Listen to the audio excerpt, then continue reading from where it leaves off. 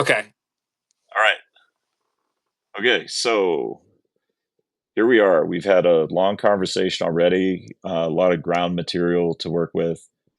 We've been talking about various topics from what I was calling the manifest destiny of the brain as far as it goes with human courtship. We've talked Mhm. about various lifestyles out in the dating world.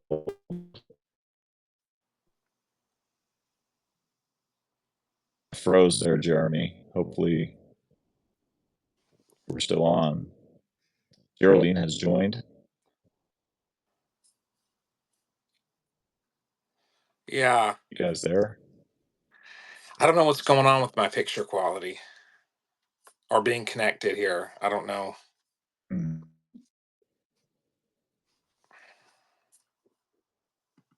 weird. It's calling the internet connection unstable for me. Yeah. Was telling me Jeremy, that. Yeah, can you hear me? let's see. I'm here.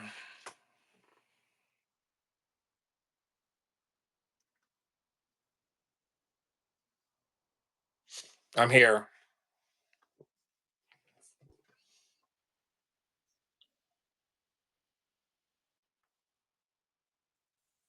Okay.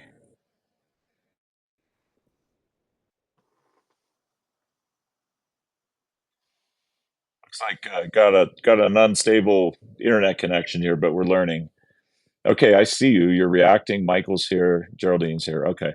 I'm here. So I think we're maybe good to continue the conversation a little. So we've been talking about the generally the wild and woolly world of modern dating. We've also been talking about evolutionary psychology, human courtship, even some Rob Henderson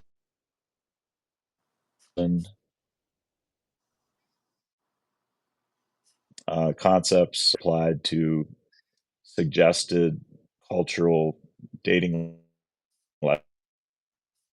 lifestyles where the elite are getting married monogamously and married well, and simultaneously encouraging others to not choose that lifestyle. And Jeremy, you were talking about some of the mixed messages, I suppose, within religious groups, and how they date, or Christianity and how dating occurs, within that culture, Yes. within the culture. And Yeah, absolutely.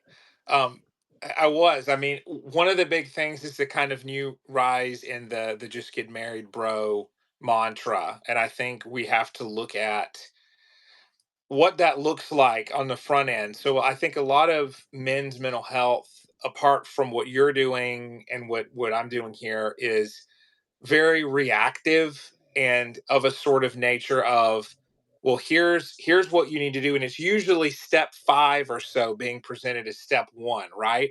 So, and I understand why, I mm, get it. It's kind of like just saying, be yourself. Well, what if someone doesn't know how to go up and have a conversation to maintain eye contact and ask someone else about their interests, et cetera, right? Like, we're working with a pretty monumental deficit in men's initiating and charisma in Gen Z and some millennials, I think. And so, what I've been talking about is the messaging with that particular message to get married, and and I know you specialize in talking ahead of time about how to vet. And then also one of the points I brought up was, if you can't have the illusion that you're not going to practice engaging with the opposite sex and talking and then magically snap into that way of discussing and talking to a woman and showing your value, showing your confidence. If you don't practice that, doesn't mean you have to be a playboy. But I think in the Christian community, there's a huge messaging now still about abstinence, which I'm not going to take on that subject. But what I'll say is Gen Z has less sex than previous generations by a long shot. And Yeah, so yeah. I actually spoke with Yeah. a pastor about that, and he wasn't aware of that statistic. And I think Oh, we have to do wow. some market right. We have to do some research on the demographics. And so Gen Z is Yeah. notoriously introverted and very screen oriented in ways. And so, I mean, there's a way to integrate that. You can be tech savvy, but you also have to practice who you want to become. And I think we also have to recognize, if you're saying you want a traditional life and you want to do the just get married bro thing, both of you have to align. Like, what does that mean? What are we courting? Is there a one on one relationship here we're building? Or is one or both parties online maximizing, seeing what's out there and curious about that and taking it kind of casually Mm. until they're out of the talking stage? So I think there's more to it than leaping into marriage. I think that there's something to be said for people wanting to establish a stable relationship before they go the serial monogamy route and burn out. I want to say cool. So I'm not hating on that, but I'm also saying, well, let's figure out, as mental health specialists, you and I really like to look at cause. We like to look at factors that um, cause emergent properties. So male It'd be nice isolation, if there were a finite number of variables, it wouldn't it? would. It would be nice if there'd be a Yeah. finite number of variables, because I'm listening as you talk, and you're covering so much ground, Yeah. and but simultaneously there's all these things in the mix. There's the variety of cultures, of cultural subsets of lifestyles. There's of that's part of it. There's hatred toward males, hatred toward females that hate males. There's that. Um, there's the electronic form of dating. There's apps, and are we made for that? Being flesh and blood. There's all this in the mix. So how are we supposed to sort through that? What that ended up making me want to ask you is, what do you think of intellectual tribalism when it comes to the subject of human courtship? Intellectual tribalism. Because I think this mishmash of religion, not religion, males are bad, females who hate males are bad. There's narcissism. Is there narcissistic abuse? Are you traumatized? Do you get triggered? Where do you Right. get triggered? Are you micro triggered and microaggressed? There's all this mishmash of, how's anybody supposed to figure anything out? And if you're talking Yes. about the millennials, quote, not having sex, the first thing I thought was, sex itself, the act, is not the same as sexiness or Right. flirting or what you were Right. calling charisma. I don't even Absolutely. talk about the sex act when I lecture or do a training program or something like this. I don't even talk about that. The mechanics of that. That doesn't even matter. In fact, I mean, this is a long shot. I don't know if I've ever talked to you about this subject. So many women that I have met in educational forums have said, a kiss is the ultimate. Just a kiss. A kiss might as well be sex to some Okay. women in how they view the feminine experience of the magic of romance, let's say. A Right. kiss is the climax. So we don't even need to talk about the sex act. Right. But could it, but so that's the first thing that came to mind when you talked about millennials or younger not having nearly as much sex as preceding generations. I thought, well, how much does it matter to them? Does it not matter to them? And is it being caused by a lack of attracting each other? Or is it being caused by an external cultural pressure? Which is it? Is it coming from the outside of them, or is it coming from inside them, or both? I like that Are they not question. attracted to each other anymore? Well, I like that question. So with Gen Z in particular, There is an intellectual hodgepodge. We could say it's kind of postmodern effects, right? So postmodernism, this idea that we don't that meta narratives are guiding thing, or have been kind of outmoded. So used to, maybe you had a Christian framework that was the meta narrative, meaning the narrative that holds all of your other narratives, like your daily life stuff and everything else. It's not Yeah, really there for a lot of yeah, people, even if they say they're Christian. They have a Christian micro narrative, and then their dating behavior may consist of swapping and swiping around, and then getting, if they get spooked or someone says they don't like, ghosting them. Well, wait a minute, ghosting is not a Christian behavior.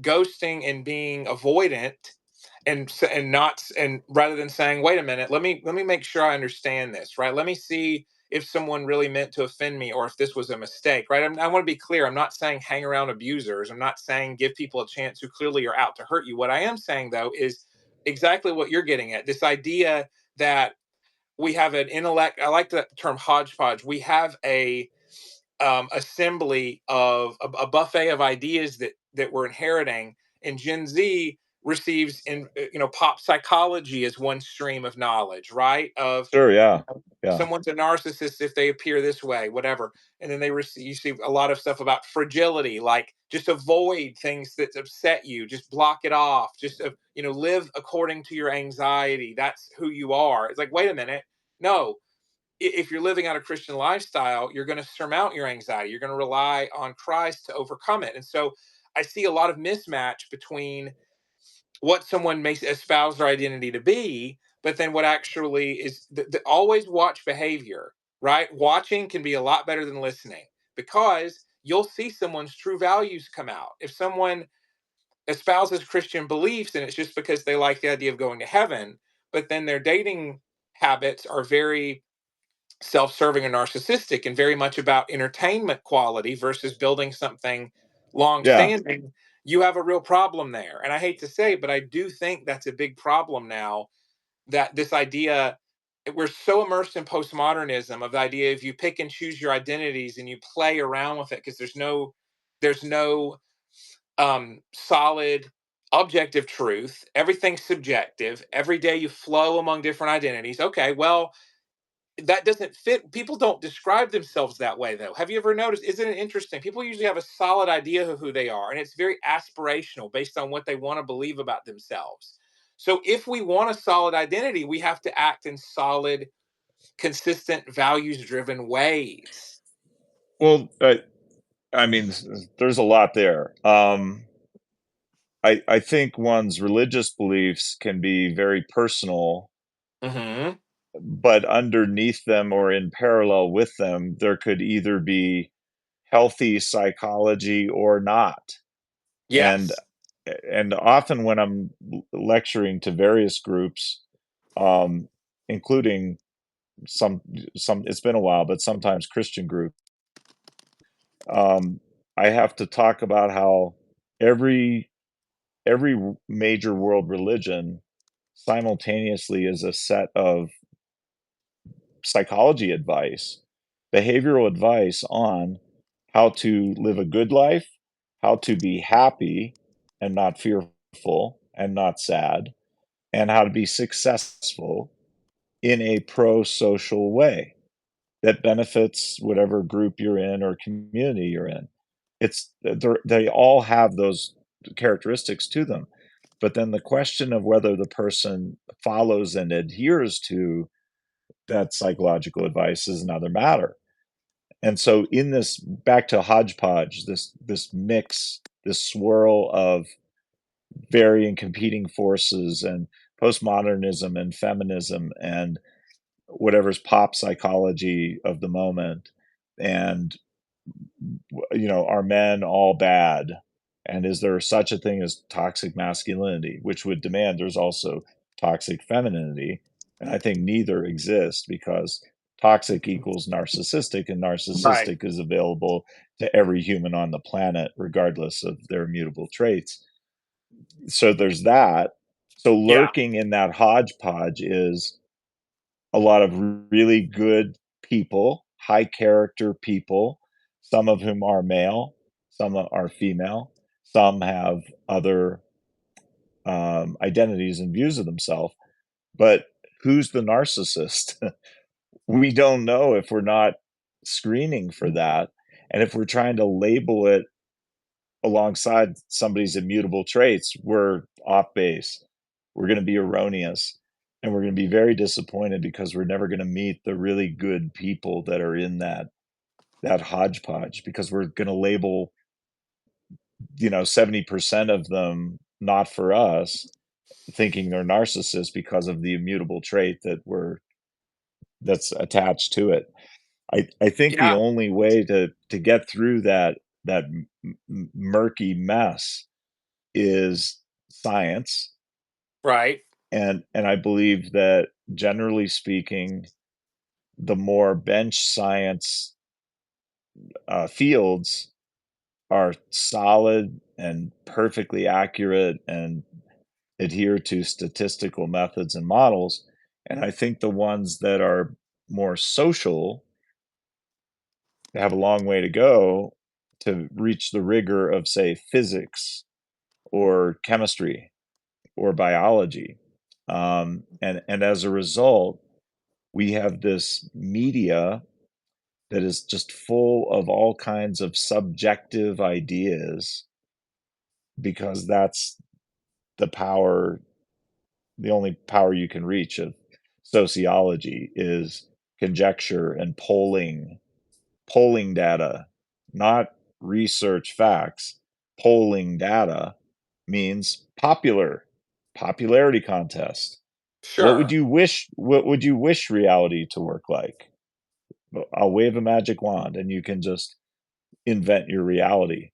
Or surveys instead of research. Surveys aren't research. They're asking somebody what they like. How is that a Yeah. scientific principle? It's not like the rules of chemistry or the rules of physics that Right. emerge from within. We're like Self-report.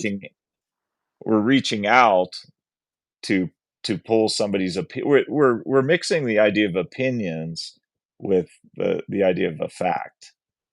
If everyone has opinions. Yeah, they do. Opinions aren't facts. They're opinions.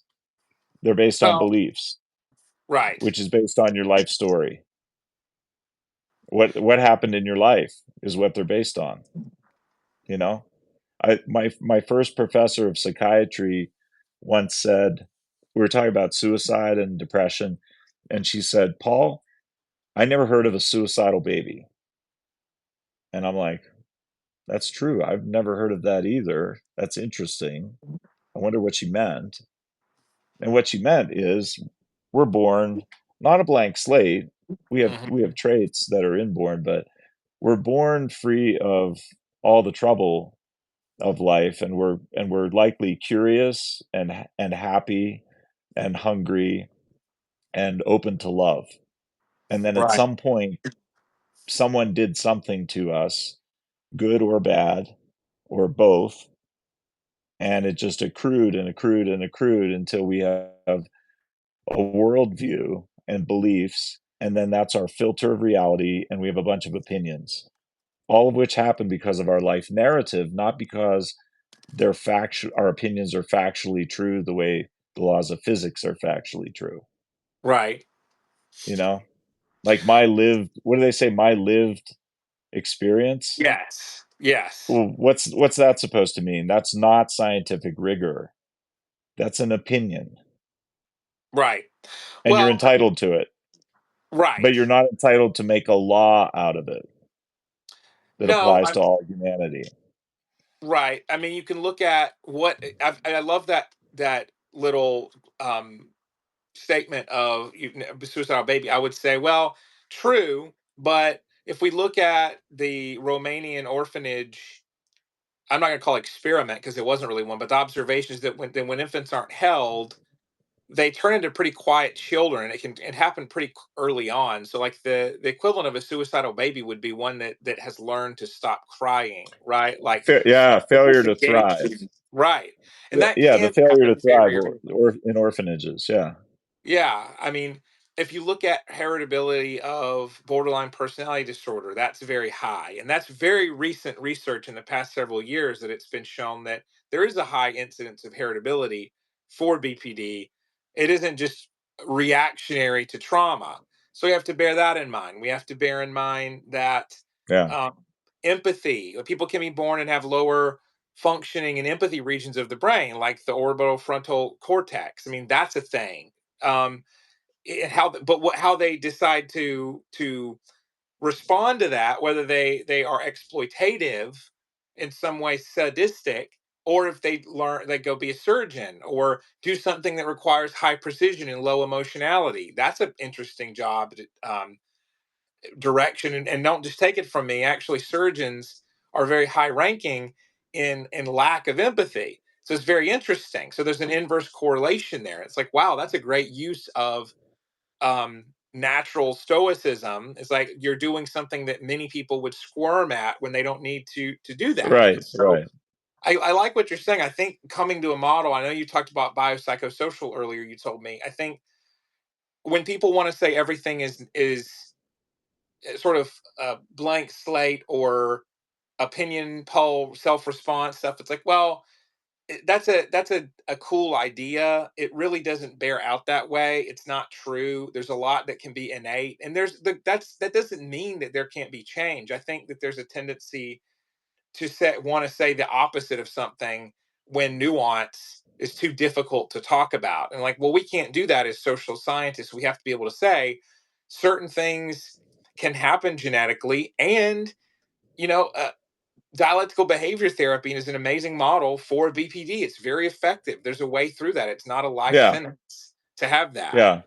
but I'm you have to curious to learn integrate more wisdom. about BPD and the heritability aspects that you're talking about, and it makes me wonder, is there an identified set of genes?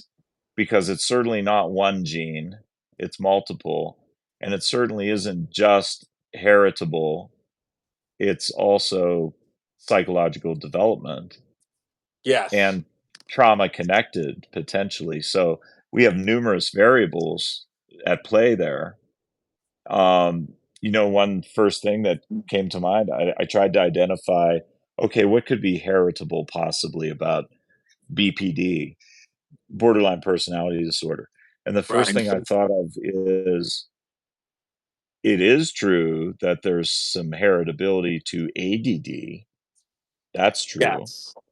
And if somebody inherited an ADD like tendency from their forebears, it means they will have great difficulty learning social lessons Mm, because they can't pay yes. attention. Right. Therefore, there could be a general tendency to not grow psychologically, to develop, Right. which is characteristic of the old fashioned way of conceptualizing borderline personality disorder, which was they used to be called character disorders as opposed to Right. personality disorders. You're born Right. with a temperament that grows into a personality, but you're not born with character. You grow character through learning what goodness is and learning ethics and shrewdness in your decision making. So you start making wiser and wiser decisions with good boundaries and with self awareness. And it's hard to have self awareness if you're wildly untreated ADD because you're not Yeah. paying attention. Yeah. So that's an example, of a route through heritability of why would somebody not grow mature. See, I Yeah. think the reason that I'm saying this and asking you more about that specific research is it bothers me a little for BPD to be presented by it's going to be presented by somebody somewhere as entirely heritable. And if it Hmm. is, it's not my fault. I don't need to learn anything or grow skills of treating others with beneficence. I don't I need to mean, be pro-social. so that is it. So I that's inherited it, right. That's the so razor's I'm edge. off the hook. Yeah, Yeah. It's if it's all nurture, then parents. can cloyingly wring their hands and think that they're going to affect their kid the wrong way, or someone can think that they're going to get that, and then if it's all genetic, then there's fatalism there, and the idea that that's just me. I'm just being me. It's like, well, let's pump the brakes a little bit, because it is multivariate. So, and it's interesting. There are some particular genes that are associated with it. I will say it's a um, there is like there's a 35 to 67% genetic component to BPD. There's some serotonin transporter gene that's implicated in it, hypothalamus pituitary adrenal axis gene, and then one um, that's linked to BPD, but also schizophrenia and bipolar disorder. Actually, two separate genes. So there's at least six different genes here. I mean, that's that's genetics for you. So there's a huge symphony of interplaying dynamics and factors here. And so I think people have to keep that in mind, that sometimes it's a game of diminishing returns to figure out exactly what and where and when you got something, versus it's a few things together at least. And so what the way out is Yeah. through exposure, desensitization, exposure and desensitization to rejection, to criticism, because those things help you to take in information and recognize how you're affecting your environment, and how you want to affect it, how it's affecting you. I think with social media and anything that's consumerist, the message is typically immerse yourself in your own world.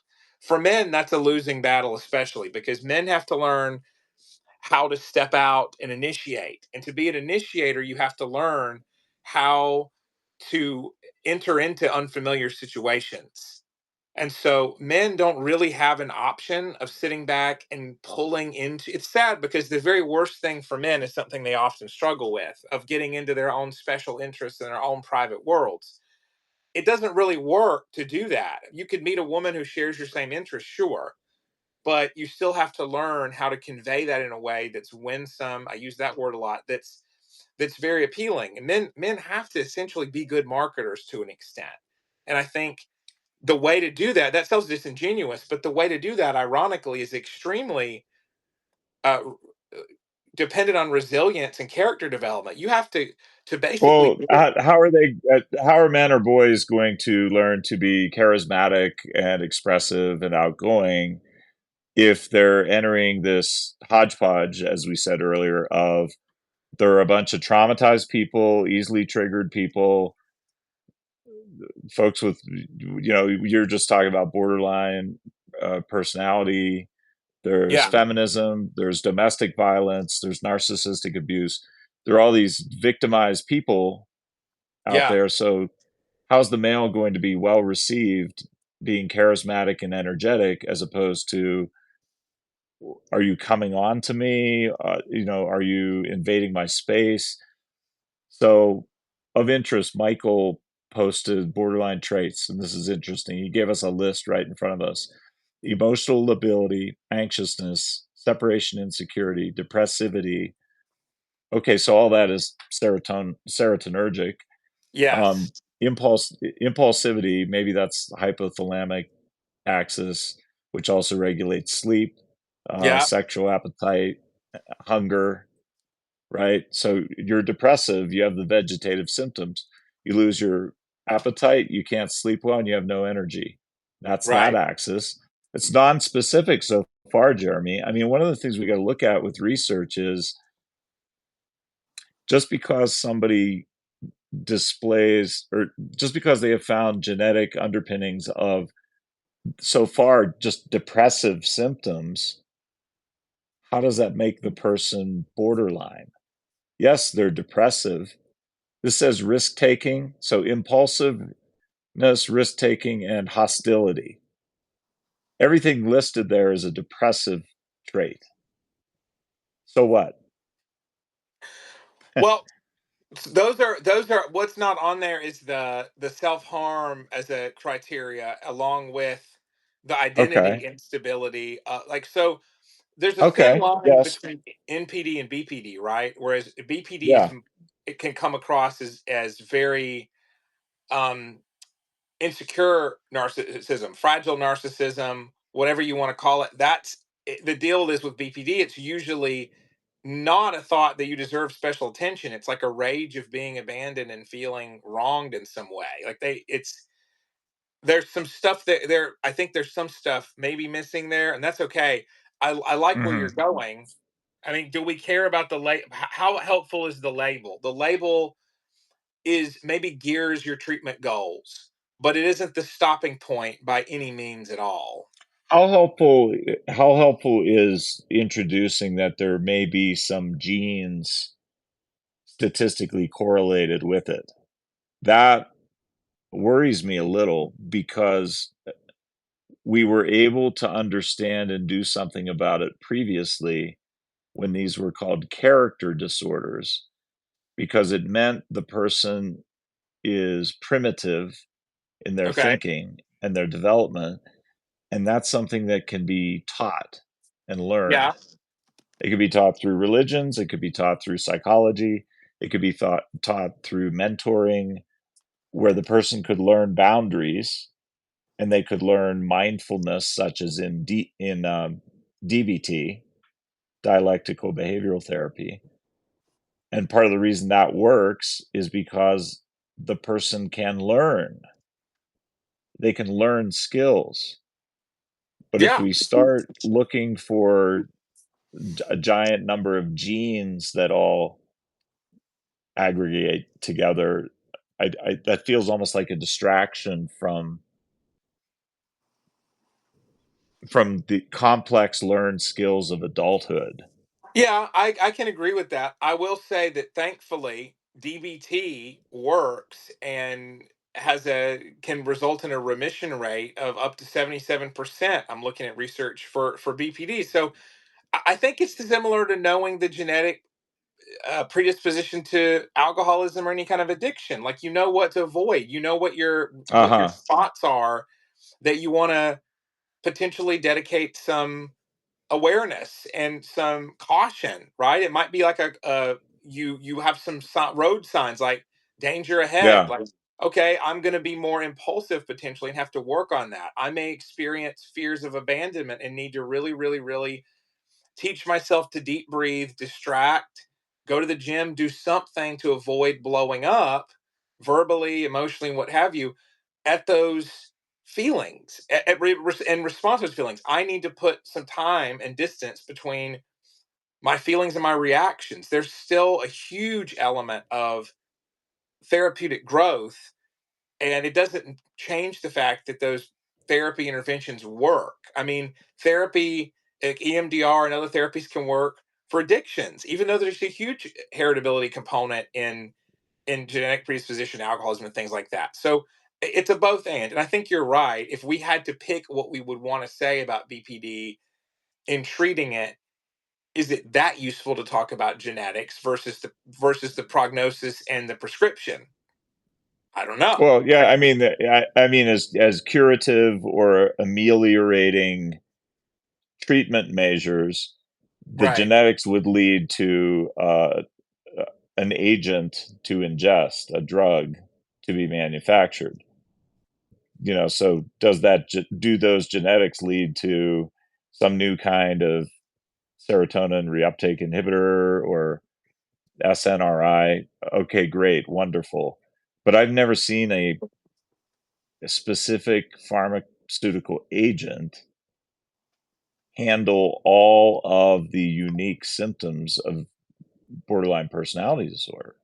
Yeah, I've seen that it was. handle Yeah. some of the depressive symptoms, but I haven't seen it globally attuned to just the right genes that are Mhm. inherited to cure Right. the thing with a pill. Right. And I worry that that could be a distraction from what does work, which is DBT Yeah. and the psychology of it.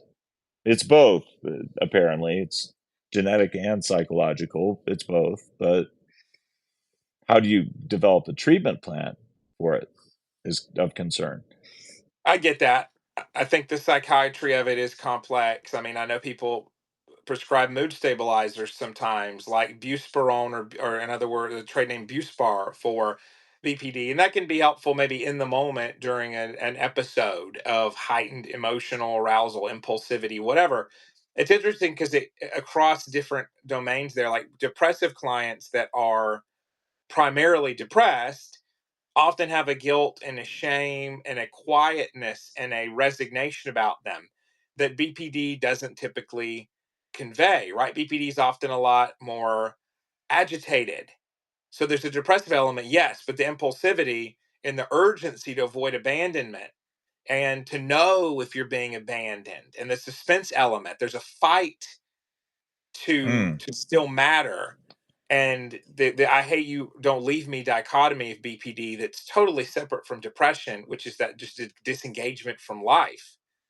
So with the personality disorders, I think what we're going to see is there's probably a genetic component to most of them that's causing a worldview shift. But I mean, getting back scriptural, Paul talked about people being born having a thorn in the flesh, a condition they have to overcome. And so, heritability isn't destiny. DNA is Oh, not right. this.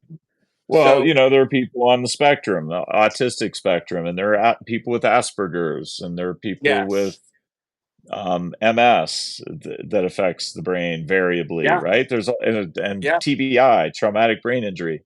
I mean, where we started before getting here, I mean, we were talking about dating, we were talking about yeah. I just my know. borderline personality. Where we Yeah, started was I told you I gave a little lecture about the biopsychosocial model, and we haven't explained that here, but I think it's relevant. yeah. Go What I've for been it. thinking about a lot is what in the world is sociology, and why is it just everywhere? If you use some AI to answer a question, it spits out an almost purely sociologic answer instead of a Okay. pure psychology answer.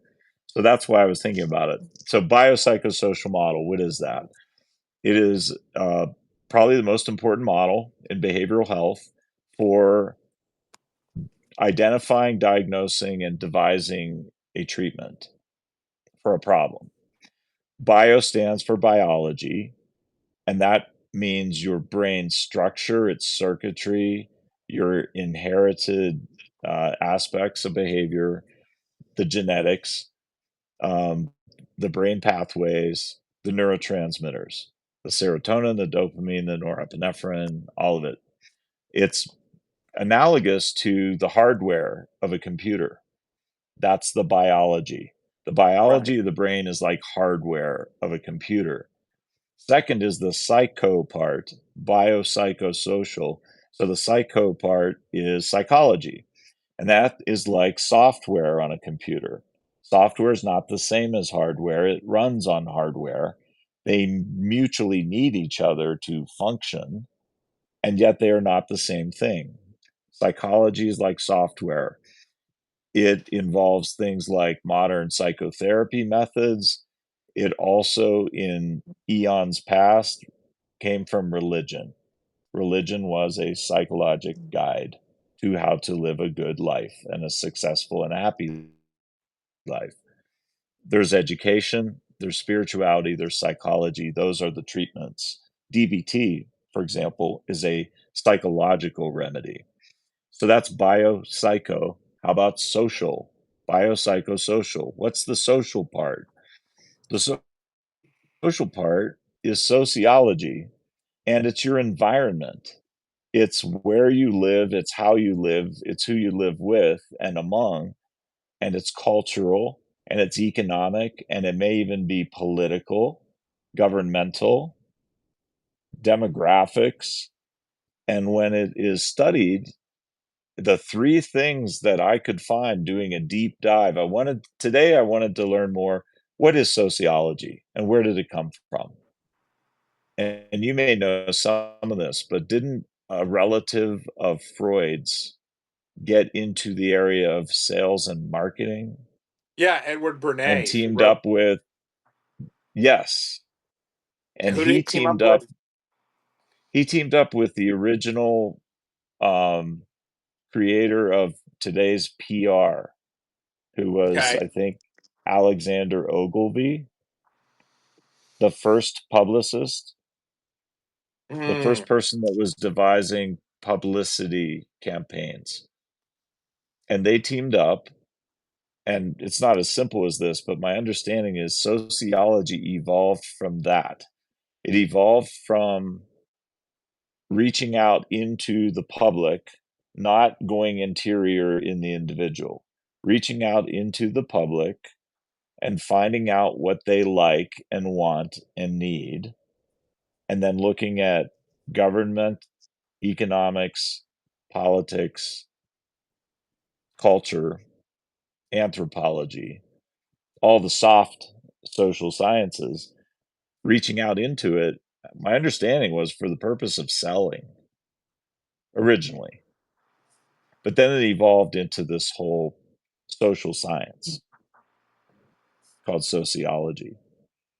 But originally the goal was not to create a new science purely for science's sake,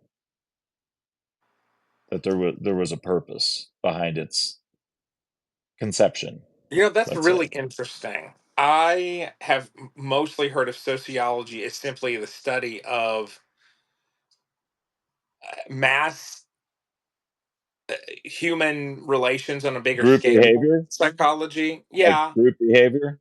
group behavior dynamics, right? I mean, and then social psychology gets into like how do you differentiate the two? I mean, I took a sociology class in college and enjoyed it. I think it really deals with norms and mores and those kind of things, and like what it just widens the lens and is very much, I mean, it doesn't get genetic really, right? It doesn't get into the more inter subjective or objective phenomena. It's more what's visible and what's likely to happen in mass or groups of people, and Yeah. that's fine. Okay. That's great. And it varies and it changes week by week, month by month, year by year, decade by decade, century by century. It seems to change like the stock market changes. It's a Well, I think jagged pattern, a jigsaw pattern. evolutionary psychology really seems to be almost the solvent that dissolves what in sociology is untested, right, or inaccurate. I mean, we know now. Yeah. I think most people would be able to say anyone involved in psychological study knows that beauty is not skin deep and that there are attractiveness standards and elements, different ratios and facial symmetry and things that play into attractiveness that before were just taken as skin deep, like that whole mantra, right? So I would say, Right. well, and it's true in different cultures, different. I'm not going to get into the weeds too much. I will say Yeah. that Yeah. whatever sociology is, whatever's questionable in it, it seems that looking at the longitudinal aspects of human societies tends to pare away what's trimmable in the sociology side. Well, Like, one of the arguments of we were talking earlier too about, are there masculine and feminine instincts? right. Yes, there Oh, are, yes. that Oh, are cross universal, cultures. Yeah, that across across cultures. all cultures, right? And that was the big study of 3-4 years ago by Martin Seeger, John Barry, finding three purely masculine instincts that transcend all cultures and probably all human history. Right. And that's their test of what makes something not merely sociological, is it's in every culture and it Mhm. works the same. Therefore, it's not a sociologic effect. In other Yeah. words, it's not learned locally differently in that culture from some other culture, Yeah. or manifests differently. It's so interesting. Evolutionary psychology just makes so much sense because throughout history, males have a, a thicker muscle mass, right? They have more muscle mass. So, of course, I mean, they're defenders to a huge extent, right? Women have throughout history born and nurtured children. And That's not to say now that everyone has to do that, but throughout human history, to survive and propagate, people leaned into what their genetic and psychological strengths were. So there's a and the human species is one. So when you look at sexual dimorphism, right, the differences in men and women, they're baked into that is going to be the behavioral, um, sort of the behavioral outcomes of that to an extent. And so again, DNA is not destiny, but there's the consequences there of like, okay, here's this is what my body does. This is what my strengths are, right? The genetic antecedents to that. So I think if you look at everything sociologically as nurture, you have to have a good reason for why. Like, sure, there's nurture involved. If you learn a specific sport, if your culture values that men become warriors who fight versus warriors who play sports, oh, okay. So that's a sort of channeling of masculinity into a an entertainment format, right? You can look at that sociologically. But when it comes to like one of the things I think we should get away from is this idea that attraction is just you know it when you see it. I think that's we know too much now to play that game. We know too much about what men and women find attractive in the other to not have a technology, aka romantic dynamics, right? Plugging that explains that explains that, oh, these are the things that are the portrait of a healthy dating relationship and what you can espouse that makes you attractive. And I think there's something that can be unseemly to people about adopting that rather than it coming naturally. But the truth of the matter is that in eras past, boys would have learned chivalry, grit, and resilience through rough and tumble play, through their fathers, through males, Right. and through apprenticeships. And so it was all learned. Now, I'm not getting too sociological. What I'm saying is all of these things were forged. The raw material is there, but they were forged always by society. It's just now there was a backlash against pickup artists, which I think to a huge extent makes sense. Like on the manipulative front of what you do with those charisma skills. But the fact was Mm. that pickup artists filled a vacuum left behind by fathers and mentors to a huge extent. And I'll stand on that. Like the same way now boys go to certain influencers online who I'm not going to name here, but have gotten into some huge trouble and are very, very controversial. So we can't ask why is that happening. We need to ask, we can, but we should ask what isn't happening. What allowed the vacuum to arise where these new ways of males learning to be anti-fragile and resilient came about? These new ways that are more bombastic and internet ready and controversial. Well, yeah, certainly pickup artists are controversial. I uh, where my mind went when you were talking about that, there being a vacuum, Mhm. nobody teaching boys how Yes. to be attractive, and Mhm. also nobody teaching girls how to find a good eventual mate either. It's not just he makes a lot of money and he's good looking. That could Right. be a very bad man. Um, so where Right. my mind went was the concept of being um, being attractive or any interest in dating as a psychologically studied set of principles didn't exist before the earliest was 1994 or so. There was very little Mm. research about single people even or dating. And that was the year that, at least in the United States, we switched for the first time from a majority marrieds to a majority single.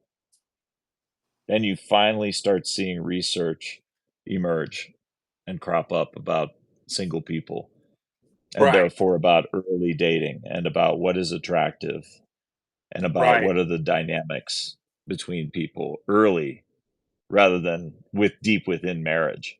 And even when you looked at, you know, decades old couples counseling models like imago therapy, right? And Harville Hendricks and, you know, these older models that predate Gottman, you didn't see anything about how people meet in the first place or about how they rekindle passion between them. And of course, it Yes. remains taboo to talk about because the topic of passion could be sexual or it could be I'm sorry. danger. Stop. Yes. It could be danger related, right? Yes. Passion is either about that which is sexual or that which is a life and death issue, right? The Absolutely. passion of the Christ or your passion project or your life's passion is about, you know, the upside of survival is thriving and really enjoying life and feeling a sense of vitality, not just viability, but charisma and vitality is passion. For a male, I believe Yes. the synonym for the word passion is masculinity. And for a female, I believe the synonym for the word passion is femininity. And when those are diminished, depleted, blocked from expression, shamed, the person feels less passion, which is what Freud meant by the word libido. It got bastardized into being like sexual appetite as opposed to just being the life force, feeling vitality and feeling alive. And when you diminish that, that's what shame is. Shame is diminishment of masculinity or femininity. Yeah, I It's agree. a vacuum of it. Absolutely. I mean, so, and that's where male trauma and female trauma comes in. And that's a big topic we've wanted to talk about for a while. We'll certainly carry it on to a podcast Yeah, where I yeah, can prep a lot of questions and things. But even now, addressing it, I mean, so I mean, you can almost say things are such a semantics game to an extent. yeah, Now, yeah. there like factor analytics and the MMPI and the big five factors of personality, Yeah, openness, yeah, agreeability, all of those things are, I believe, are solid. So I'm not saying those are just socially constructed, but I'd say with right. trauma, could you call it would you call it a trauma for a male not even to develop masculinity, or more an arrest in development? You could Yes. call it that, but I think the No, word I think trauma, it's traumatic. yeah, I do too. I think it's traumatic in the arrested of the development, and that's what we're seeing now. And so it's very interesting to me as a trauma, I would say a traumatologist, to witness that the slump, the slouch, the utter collapse response of young males when we, I mean, you call it depresculinity, very well put. It's like, well, there's something very traumatic about that. And as we know, treating PTSD as just major depressive disorder doesn't get at the root, at the powerlessness. And likewise, I would say treating male isolation and loneliness as It's the depression, shame. yes, It's versus the shame. shame, You know, yes, if you have a and fair is fair. There are traumatized males, there are traumatized females. And if exactly, you don't educate males, or I guess socialize males to be right, both pro-social and full of life, full of passion for life, which is what masculinity is, yeah, that will harm females as well. It'll harm brothers, husbands, sons, and your guy at the local gas station that pumps your gas. right, It's going to harm everybody for that for males to not understand what that is. And when you're talking about it being learned, there is learning in masculinity in socialization throughout human history of young males to encourage them to become fully adult males and young females to encourage them to become fully adult females, and that was called initiation, which I think is a fourth yes, imprinting phenomenon because because when you've been initiated in ancient times, there were ritualistic ways, and in um, some Aboriginal cultures, there are still ritualistic ways of initiating, marking the boundary between childhood and adulthood where one has to go through an ordeal. It's almost like Joseph Campbell and the hero's journey. An ordeal is called for. Now, whether it is an organic outgrowth of the environment you happen to be in, and you live in a war-torn country, or you live in a crime-riddled neighborhood, maybe you're going to be forced to go through an ordeal just by the way the environment works. But Right. then again, if you don't have a father in the picture, and you don't have a mentor, and as you said, there's a vacuum of knowledge and mentorship and masculine stewardship of the younger generation of males, what happens? You get a flood in of marketers, of pickup Yes. artists selling their wares, of Andrew Tate's. You get all that filling that void, but it's not just a void. The absence of a mentor, the absence of a father, the absence of a beneficent male steward of your development as a young man ends up being filled by the the the kindness and cruelty of nature, and the trauma that could happen to you, or that you barely avoided, or that you couldn't avoid, becomes your initiating process. Example, do you remember a film a ways back with Emil Hirsch, the Okay. star, and it was Into the Wild. I think it was called Into the Wild. And it was a young man with a very narcissistic father who was dismissive of him. He Oh. was in college. He decided to go just live in nature Mhm. and not have human contact with anyone. And he learned how to be a survivalist, kind of, but not really master it. And he travels out west and eventually to Alaska, right? And he gets trapped living in a school bus through a winter where he could not cross the high level rivers that he didn't expect, and he Mm. starved to death, right? I thought the lesson of that film for young men was you can't initiate yourself, or just let nature initiate you, because Right. nature neither wants to help you survive nor to kill you. It's just random. It's not a benefactor. His big mistake was rejecting his narcissistic father and hoping that nature itself could be his father, Right. and nature was not his father. Very, It very neither good. wanted to kill him nor to save him, and he happened to die by way of that error, right?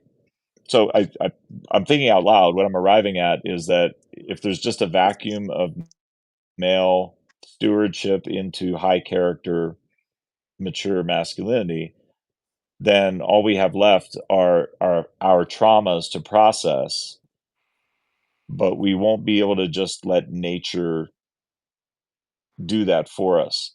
We still Right. need a male, maybe like you, to take our traumas and use them as an initiating experience, but with the beneficence and stewardship and firm but caring masculine maturity of a mentor, which is the way it's always been in all cultures throughout history for Yeah. initiating males. Yes. Um, I mean, look at 300 to pick a less art house movie. Okay, yeah, Which I do yeah. love art house movies. I mean, Leonidas, and I mean, heavy is the head that wears the crown. You go through his initiation into surviving the wilderness, the cold, the wolf, and you see the unshakability of his quest to defend Sparta. And you see, of course, the camaraderie there, the 300 Spartans, solidity and singularity of purpose, the quest to defend, even at the absurd, the point of the absurd, that they knew there wasn't going to be a victory, but there could still be a profound sacrifice. I mean, who thinks and talks like that now? I would argue that there's something that's been lost there. I mean, a good to have a value that is larger than oneself is very lacking now, and I think there's reasons for that. I mean, we brought up propaganda and the rise of PR and from Edward Bernays, and I think that was a huge turning point. um Things didn't evaporate all of a sudden overnight. I would say you have to look at the narrative about male camaraderie and friendship. As it's seen as something unnecessary, men have to also recognize that the quest to gain a mate is very important, yes, and along the way, don't lose touch with your bros. Don't be a girlfriend guy. You know, throughout my college experience, I dated and I was in a serious relationship, and I maintained friendships, and I like to do things as a couple with other couples and as just myself. So I think I I would witness other guys and I would see that when they dated, they would pull back from their friendships. And I think there's a twofold reason that that's bad.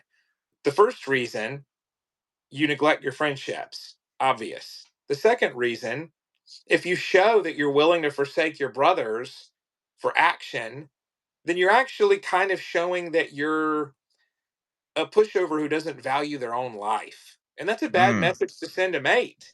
Now, mm. to if you can be the opposite and be a bro guy and put your girlfriend off and go party with the boys too much. And we see that lampooned though. We see plenty of examples of the frat bro forget to date with his girlfriend because he's chilling and cracking open a cold one.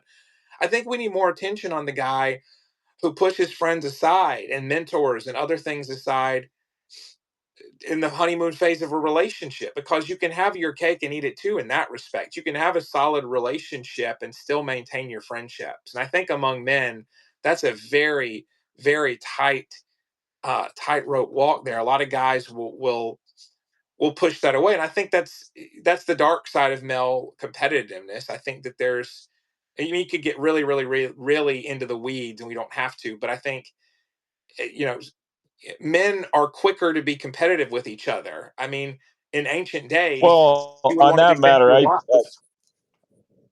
I tend to think more about the difference between being overly distant and independent as a Okay. couple.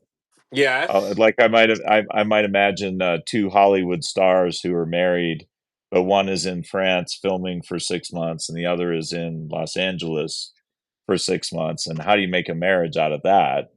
They're Oh, overly independent versus true. the enmeshment of overly codependent couples where they're enmeshed, and that feels like what you're describing, where the male like dumps all of his male friends once he's in a relationship. Now he's being codependent with the Yeah. woman Yeah. versus what you could call interdependence. And so when you were describing having a serious relationship, but you also did some things with couples, other couples, and you also did your own thing alone sometimes. You're describing bouncing back and forth in this tension between being independent, but not being codependent, which is you being interdependent. Now, although in this live stream, I don't believe I can show an image or a diagram, but to illustrate this, I use two circles, joining them together just enough to get the edge of one circle to reach the center of the other circle. So if you could imagine two concentric circles with an interior oval shaped overlap, that overlap called a mandorla shape, meaning almond shape, Ah. actually metaphorically but also symbolically represents what could be considered perfect relationship interdependence, where you know the other person to their core, but no further. You don't overtake the identity of the other person, but she or he don't overtake your identity, forcing you to become narcissistically abused or codependent, to use the old phraseology. And here's the coolest thing of all. If you drew these concentric circles with the interior overlap, where the edge of Yes. one circle reaches the center of the other circle, the ratio of that mandorla almond shape in the middle, which is your shared coupledom concerns, your shared resources, your shared activities, your interdependence, the ratio of the length to the width is 1.618, which is phi, right? From the world of art and nature, the Yes. beauty of nature, the beauty of art, um, Eros and Psyche, the The golden paintings. ratio. It's Sorry, the what were you going golden to say? ratio. No, you're right. It's a golden ratio. So, I mean, so that's mathematically perfect coupledom in terms of how independent are you versus how codependent, which is instead interdependence. That would be perfection. And if you know what, if you measured the square area of each individual Yeah. versus the central shared coupledom area, the amount of each individual's square area is bigger than the shared area.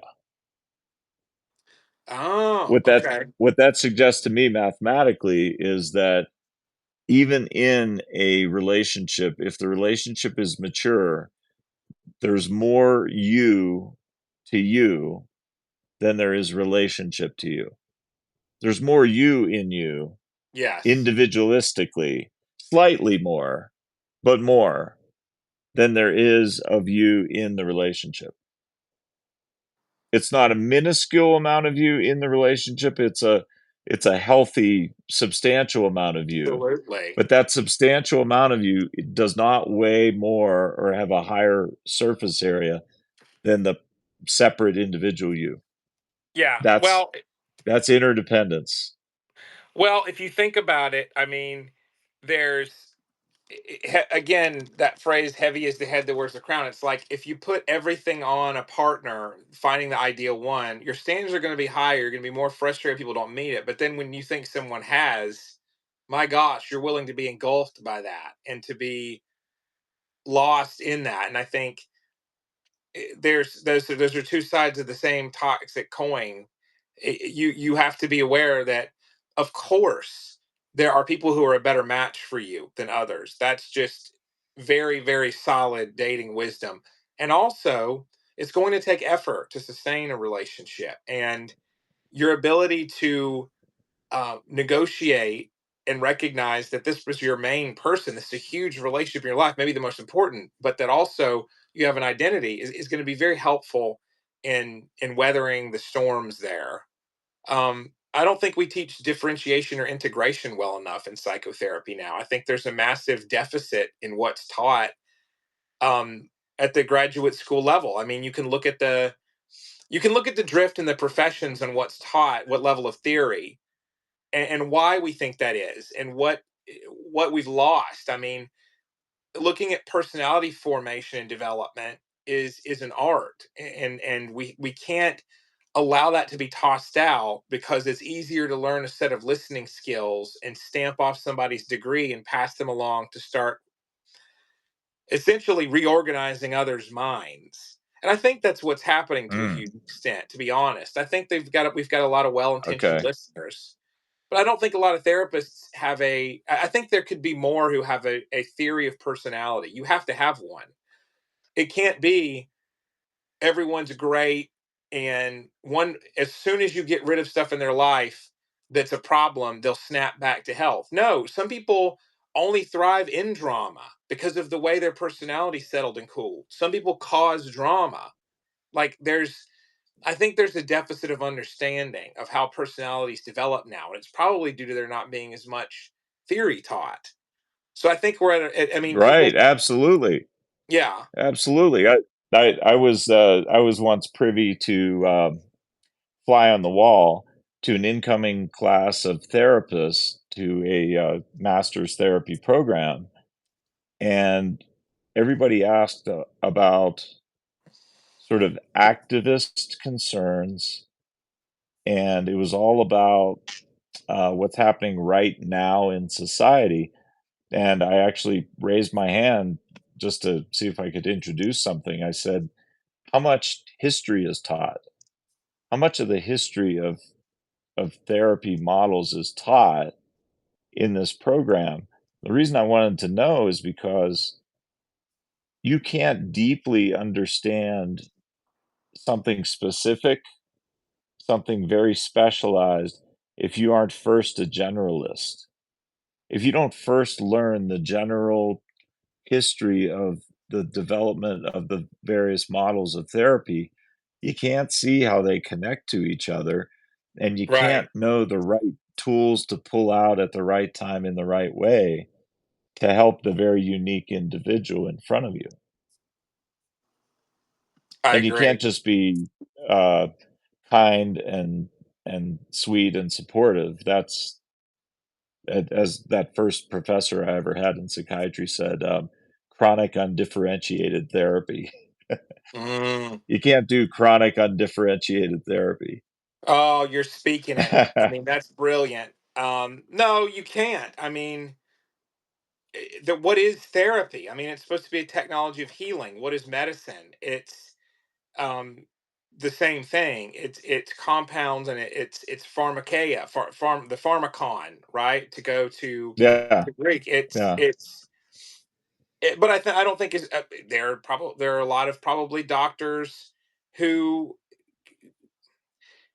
I love the medical field and the education that doctors get. I don't make any I didn't make any bones about that or hide it at all. I don't harbor any illusions. I've always gotten along well with psychiatrists. I think there's something to really having to learn about the function of the human body, and I think that we still have a major deficit of therapists in the field. So if anything, grad schools are probably incentivized to make training more streamlined.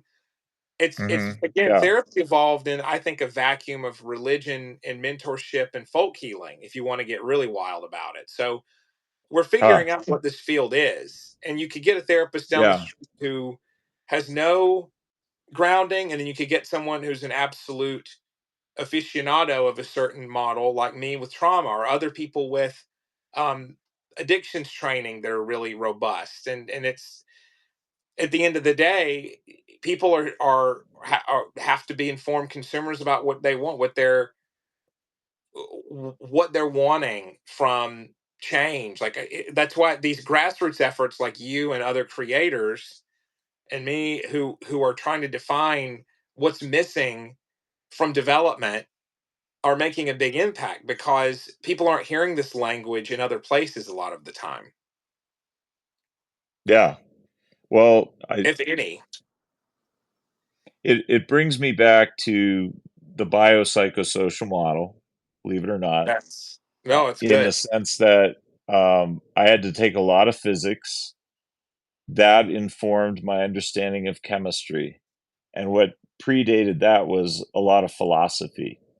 The Mm, philosophy helped me understand physics. The physics helped me understand chemistry. The chemistry, which was my major in college, helped me understand biology. The biology helps me understand psychology.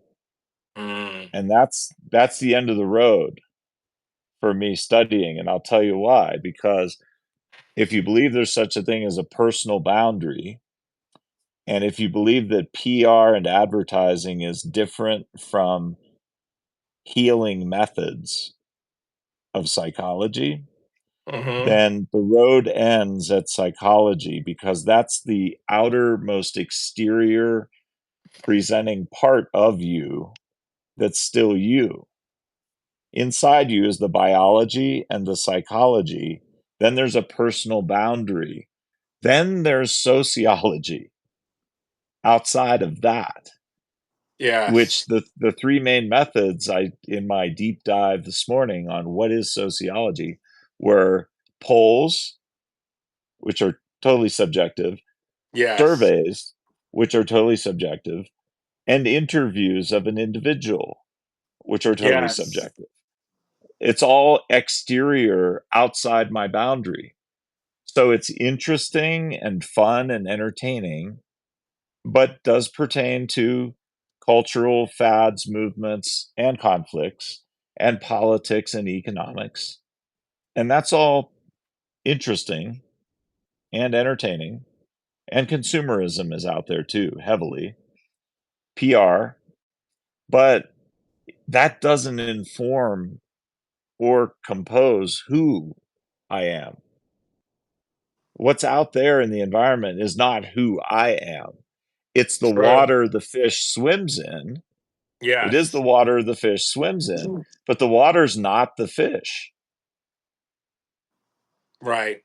No. So that's why I want to focus on the principles of what is interior and help that person navigate whatever is going on sociologically out there. And so back to your Yes. comments on dating and get married, bro. I think my understanding of that get married, bro meme or statement is Mhm. saying find a different lake to swim in Yeah. where there are traditional people that like the other sex and want to get married someday and are willing to what you got to add to it is you got to vet your potential partner and take Yes, it you do. slow and hold back on the sex, not make that too soon at all. And the sex act is not the same as sexiness or charisma or vibing or having a spark of attraction. Enjoy that and see if Yeah. that leads to making each other happy to be in each other's company. Now you're in phase 2 of courtship. And then if you get tested by life and some scary stuff happens to you as a couple and you somehow navigate that well, then maybe you've initiated yourselves as a couple into qualifying for long-term partnership, which is then phase 3 of courtship. Yeah, I would say there's factors within factors there. Like, what do you consider a hardship that was insurmountable? Do you consider it Not a insurmountable, just prodigious, just substantial, like a gigantic bill that's scary and threatening. It sure? threatens your budget, or a terrible loss. The dog died. Your Oh, not the parent dog. died. Yeah. Yeah, not the dog. Oh, I shouldn't have said that. I'm sorry. Oh no, you're fine. Um, I'll just keep playing around. yeah, Um, no, you mean I hear what you're saying. You're saying tested by something. I'm right that you can get through it together. yeah, My and thought, because of each other, you yes, couldn't have done it as well alone. yes. Well, so my thought on that is we have to train people. And I have a pastor friend who I respect a lot, and he was local and then moved, but he was trying to teach young people, Gen Zs, and younger millennials that what it looks like to vet a good mate and what it looks like to actually get to know someone, and that there can be that it is a dynamic process, and there's going to be a there. I'm going to say struggle almost. I'm going to say you can't order your partner on Tinder and everything work out great and them just be a complete simulation of everything you wanted and they read your mind. So I think we have to teach people it's perfectly normal for there to be some assembly required in your relationship. And I think that's where the initiation and the issues with building a relationship and the just get married bro dissolve, because basically you both have to hold the same narrative and Mm, um, the same conviction. So when I was talking earlier about the game theory, that it's if both partners have people in the back burner, they're breadcrumbing, and they both drift away, it's a hit. It's upsetting, but it's less upsetting than if one partner gave it their all and the other was in the world of maximizing and trying to rack up people and always having someone waiting in the wings. And so the best option is two people together making it. Okay. And the most hurtful option is either one of those people really tried and the other one didn't. And the so that's so but the middle option that's some hurtful and some not is to be cynical and self-protective and have people in the back burner. And of course people cheated before the internet. I'm not a tech hater um at all. What I A Luddite, as it's called. But what I am is Ah, someone who's realistic that it's easier. Like, what is the barrier? Is it easier? Can we agree that it's easier to order things now through Amazon? Yes. Does that mean grocery stores didn't exist? No. So did people cheat before online dating? Yes. Is it easier to use online platforms for attention and approval now? Yes. So what we have to yeah. do, we have to look at how are we locking in? How are we locking into our purpose and our narrative? And is our partner willing to do the same and give up attention to try at one relationship in the here and now and not have a bunch of other security measures in place? And that is the question, I think. And if both people can do that, sure, you've got a marriage. I think we have to look at, like you said, the water is not the fish. True, we need to swim to a different stream. How do we get there? How do we purify the stream if we have to, aka the Western dating practices of ghosting, of breadcrumbing, um, of all of the different keeping people in the back burner, that kind of stuff. Because that's kind of what breadcrumbing is. It's giving people enough hope because you know that they're not your option right now, but you want them available to you and for them not to be gone in another relationship if you need them Well, later. that's I mean that reminds me of one of the traits of narcissistic abuse, which is Sure. future faking. Breadcrumbing is Yes. future faking. It's like, hey, maybe we'll be together, and giving somebody hope, but stringing Yeah. people along. So I liked Well, what you said when let's wrap up yes. soon here. This was I fun. liked what you Very said when fun. it was, but when you were talking about the get married bro meme Yeah. doesn't come with instructions. It doesn't come with an instruction book. The first thing I thought of is the IKEA brand. So, are you saying that don't get into an IKEA marriage? Yes. Who said Like that? overly simple? Nobody. I just said it Oh, just now. I But love you that. said you said the relationships don't come with the instruction booklet, Right. Right. Right. and you made me the assembly, right?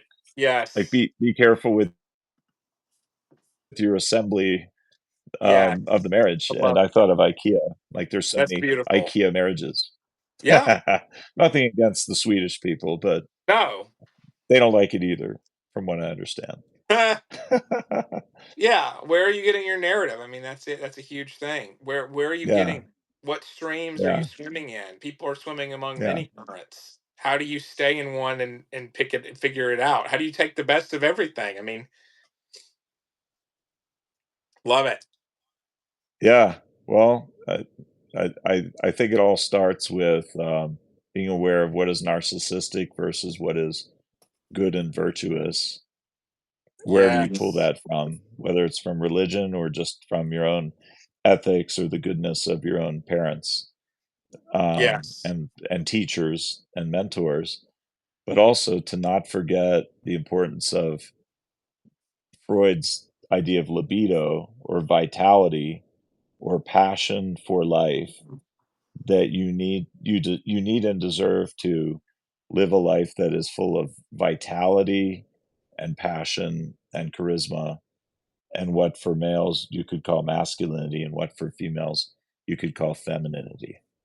Right. That's life force, that's passion, that's libido. So there it Yes. is. I love it. Yes. How do you stoke it and foster it? That's what we're trying to do, is to help people develop the necessary preconditions to be a viable partner and to find one. Yeah, you got it. I love this. Thank you All for right. having me Yeah, on. that It was was fun. great. Thank you all for joining in and following along and asking questions. So Feel we'll see free you to guys back. join, subscribe to our Substacks, follow for more. I'll be putting out more from the millennial perspective, especially about dating, in the kind of game theoretic model and how we can kind of escape that matrix, pun intended. Psych So Fox that's at right. Yeah. Psych and capital FOX, Yeah. And or it, next level psychology. yeah, I appreciate All it. right. Thanks. Thank you. See you next time.